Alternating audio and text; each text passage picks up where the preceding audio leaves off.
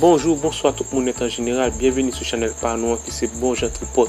Pas oublier pour nous abonner à la chaîne là, like vidéo et puis pas oublier pour nous quitter un commentaire, partager vidéo à tout côté net. Est-ce que c'est pas la première fois Haïti tomber dans des rues sales tomber là? Ça fait nous dire ça parce que nous voyons que depuis le mandat président Jovenel Moïse fini, nous voyons que sur tout réseau net, tout le monde net prend plaisir autoproclamer tête comme président pays d'Haïti. Donc après un premier exemple ensemble avec Jean-Louis Mécène Joseph qui était proclamé tête en tant que président de la République parce que c'est l'opposition qui a choisi. Nous venons au troisième nègre encore, ça c'est dans le nord qui était proclamé tête comme président de la République dans tout.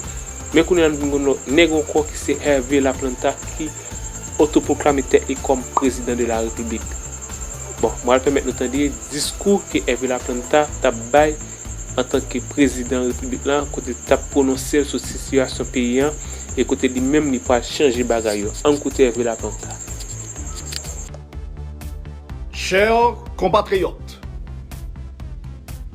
la République d'Haïti, en raison d'une déplorable instabilité politique au cours des dernières décennies, a connu une importante succession de gouvernements. Ce qui a occasionné que notre démocratie, difficilement, cherche encore à s'instaurer dans la lignée du bon fonctionnement et de la pérennité de nos institutions étatiques. Il est donc bien évident que ce qui était valable en 1986 l'a été en 2004, en 2016, continue terriblement à l'être en 2020 et sera pire encore en 2021 si on ne se met pas résolument à refonder l'État haïtien sur de nouvelles bases. C'est dans la foulée de ces événements et de ces réflexions qu'au lendemain de la fin du mandat constaté du président Jovenel Moïse, la présidence provisoire du pays nous est confiée par la diaspora haïtienne, par la jeunesse haïtienne, par les 10 départements géographiques du pays, conformément à la Constitution de 1987, suite à une entente entre les forces politiques en présence. Nous voulons d'abord adresser toute notre reconnaissance et nos remerciements à toutes les entités spirituelles qui ont présidé et conduit à notre choix comme président provisoire de la République d'Haïti. Reconnaissance et remerciements que nous voulons étendre à tous les secteurs de la vie nationale qui ont bien voulu nous témoigner de leur confiance en cette période critique de notre histoire de peuple combattant pour la dignité qui se renouvelle à chaque instant. Merci à tous ces hommes, responsables politiques, de la société civile, population des 10 départements géographiques du pays, et vous aussi frères et sœurs de la diaspora haïtienne, pour cette période d'éclaircie consentie. Vous nous donnez ainsi l'occasion de clamer haut et fort que nous ne pouvons rien sans votre soutien. Le pays a besoin de l'appui et de l'apport de chacun et de tous. La solennité du jour nous a aussi donné l'opportunité de retenir que nous pouvons avoir un accord sur nos désaccords par le dialogue incessant, systématique et renouvelé continuellement. Chers concitoyens, le caractère inclusif et pacifique de l'étape franchie aujourd'hui dans la résolution de la crise devrait nous honorer. D'autant que c'est au prix d'immenses sacrifices, de clairvoyance et d'abnégation que nous sommes parvenus à cette étape cruciale de la construction de notre démocratie. Nous devons nous efforcer de respecter les lois de la République, de protéger et de renforcer les institutions étatiques, de protéger la liberté, l'égalité et la fraternité, vraie base de la refondation de l'État, de la citoyenneté, de nos liens sociaux et particulièrement de l'État de droit. Peuple haïtien, le nécessaire retour à la normalité constitutionnelle justifie la mise en place de cette nouvelle présidence. Nos orientations et nos lignes d'engagement politique nous amènent assez souvent à nous opposer sur nos choix. Mais nous devons surtout retenir que les liens qui nous unissent sont beaucoup plus solides et plus vivaces que ceux qui nous divisent. Frères et sœurs, nous le sommes et le resterons à jamais en tant qu'Haïtiens. Adversaires politiques, pour la plupart, n'ont pas ennemis acharnés, irréconciliables, s'entre-déchirant l'un l'autre, alors que nous poursuivons tous le même objectif, le bien-être commun, le développement de notre Haïti chéri.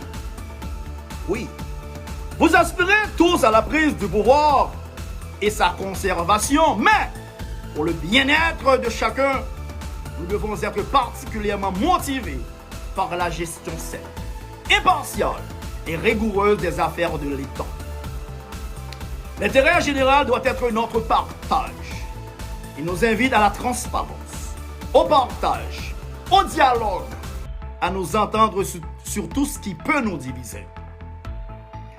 C'est que l'histoire n'a jamais oublié le rôle de pionnier joué par Haïti, de la reconnaissance de la dignité inhérente à tous les membres de la famille humaine. En dépit des aléas de l'histoire, le peuple haïtien s'est forgé une personnalité propre. Il s'est opposé de manière constante à toutes les tyrannies et à tous les despotismes. Il s'est trouvé sur la ligne de front de lutte et de tous les combats en faveur de la promotion des valeurs universelles de liberté et de justice. Ce peuple a fait de la République d'Haïti un État conscient de ses capacités, de sa richesse humaine, de son expression culturelle unique et originale. Cependant, des difficultés récurrentes liées à la mauvaise gouvernance politique, au désastre économique et social découlant pour la plupart des catastrophes naturelles, nous ont amenés à solliciter pour un temps la solidarité et l'appui de partenaires internationaux. Fiers de son passé et soucieux de se construire un futur à la dimension de ses rêves et de ses espérances, notre pays ne peut renoncer à ses droits de peuple libre. Aujourd'hui, plus que jamais, il se trouve à la croisée des chemins parce que nous serons bientôt conviés à choisir en toute liberté des dirigeants à tous les niveaux qui auront pour tâche de conduire les destinées de la nation dans un proche avenir. Toutefois, la réalité du jour nous porte à croire que l'instauration d'un régime de liberté et la construction d'un État politiquement stable et économiquement viable passe par l'organisation des États généraux de la nation, où il sera surtout question de remise en question de la Constitution, de mise en place de nouveaux paradigmes pour un nouveau contrat social pouvant permettre de rejalonner ce chemin parsemé d'embûches et de pièges qui s'y trouvent. Il le faut avant l'organisation de ces élections générales. À ce compte, nous n'insisterons jamais assez sur le rôle des médias, de la presse, ce quatrième pouvoir dont le rôle doit être de plus en plus compris et apprécié dans cette quête de stabilité en vue d'un développement durable à la dimension de la vision des pères de la patrie, ce choix nécessaire, la démocratie. C'est avec vous autres, directeurs d'opinion, membres de la presse parlée, écrite, télévisée et en ligne que nous pourrons restaurer de plus en plus dans nos pratiques quotidiennes en prêchant l'entente, le dialogue national, le rapprochement indispensable qui nous rendra plus forts comme peuple. Vous saurez mieux soutenir l'État en vue de fortifier la nation.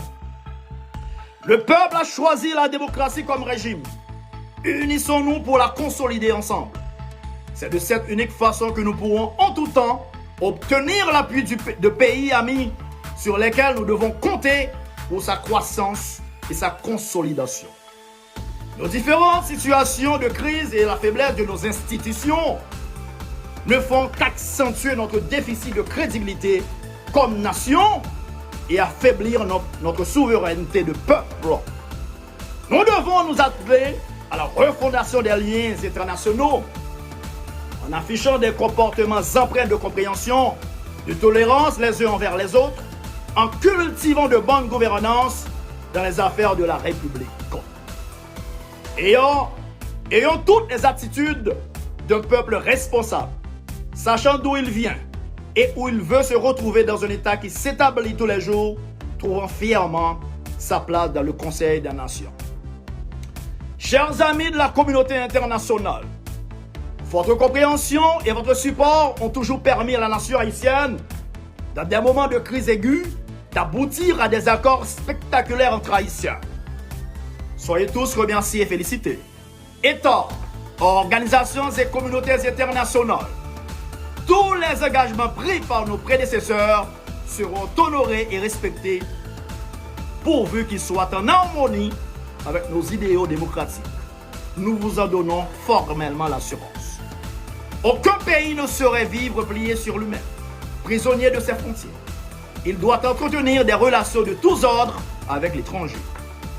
Ainsi, sous notre gouvernement, la diplomatie haïtienne va connaître une nouvelle allure, une nouvelle orientation axée sur la recherche des alliés, sûre et stratégique en tenant compte des réalités géopolitiques. En effet, tout en tenant compte de la réalité post-pandémie, la politique étrangère du gouvernement aura comme priorité, premièrement, la recherche de l'investissement étranger qui reste un élément essentiel de la poursuite d'une croissance économique et la création d'emplois. En dépit de son importance, l'aide publique au développement ne peut à elle seule sortir le pays de l'ancrage du sous-développement. La défense des droits des immigrés haïtiens et l'amélioration de l'image du pays à l'étranger rentrent également dans la ligne de nos priorités. Et troisièmement, encourager et participer aux efforts entrepris par la communauté internationale en vue de la réorganisation de l'économie mondiale et du commerce international. Travailler pour permettre au secteur productif haïtien d'occuper une place de choix sur le marché international. De plus, les relations haïtiano-dominicaines vont occuper une place importante dans l'orientation de notre politique étrangère, puisque les défis communs à relever sont de taille. La contrebande, le trafic d'êtres humains, la criminalité transnationale et le trafic illicite de la drogue qui se font tout le long de la frontière entre les deux pays. Autant de motifs qui nous poussent à avoir un regard particulier sur les relations existantes entre les deux pays qui sont condamnés à vivre dans une atmosphère de bon voisinage. Peuple haïtien, il serait fastidieux et non productif d'énumérer les torts présumés des uns et les erreurs des autres. L'heure est plutôt à l'action, décisive pour les uns, déterminante pour les autres. Sans aigreur ni frustration, mais animé du souci de bien faire et de répondre, dans un bref délai, aux légitimes aspirations des citoyens. Un mode de dévolution du pouvoir réalisable si chaque acteur en présence assume sa part de responsabilité, avec modestie, sans faux fuyant, sans recherche de gloire personnelle, mais avec humilité et courage. Ainsi, cette nouvelle étape nous oblige-t-elle à concerter et à nous concentrer sur certains axes qui établissent le cadre de référence de notre action en tant que chef de l'État. D'abord, nous pouvons ignorer notre situation financière et économique. Les dysfonctionnements de la machine étatique vont retenir toute notre attention. Il n'empêcherait nullement la mise en branle de tout l'effort possible au dénouement de cette crise récurrente, tandis que nous veillerons encore plus à renforcer nos liens sociaux pour la refondation de l'État et de notre citoyenneté. De plus, nous allons poursuivre le rétablissement de la sécurité intérieure en créant les conditions optimales en vue de permettre à la police nationale d'Haïti de remplir efficacement sa mission de protéger et servir avec le support bien articulé de toutes les entités de la force publique. Le rétablissement de l'état de droit et la consolidation des institutions républicaines en promouvant l'organisation des États généraux de la nation, nous sortirons les grandes lignes pour l'adoption une nouvelle constitution qui sera conçue en tenant compte des réalités présentes. La mise en place du processus électoral dans un environnement de confiance pour la population. De bonnes élections doivent nécessairement avoir lieu pour permettre au pays de retrouver son unité et son âme. Les sacrifices de nos ancêtres ne doivent pas être vains. Le peuple haïtien doit se frayer le chemin vers l'établissement de cette authentique démocratie représentative, si convoitée, respectueuse des droits des citoyens et soucieuse d'une justice sociale.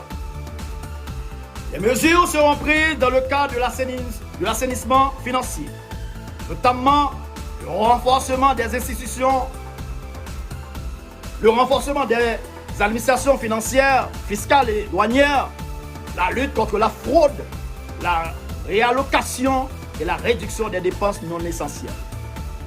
Avocats, juristes de formation de profession, conformément aux lois de la République et de concert avec toutes les entités étatiques, nous ferons tout ce qui est en notre pouvoir pour faire face à ce climat d'insécurité qui enlève le sommeil à toutes les familles.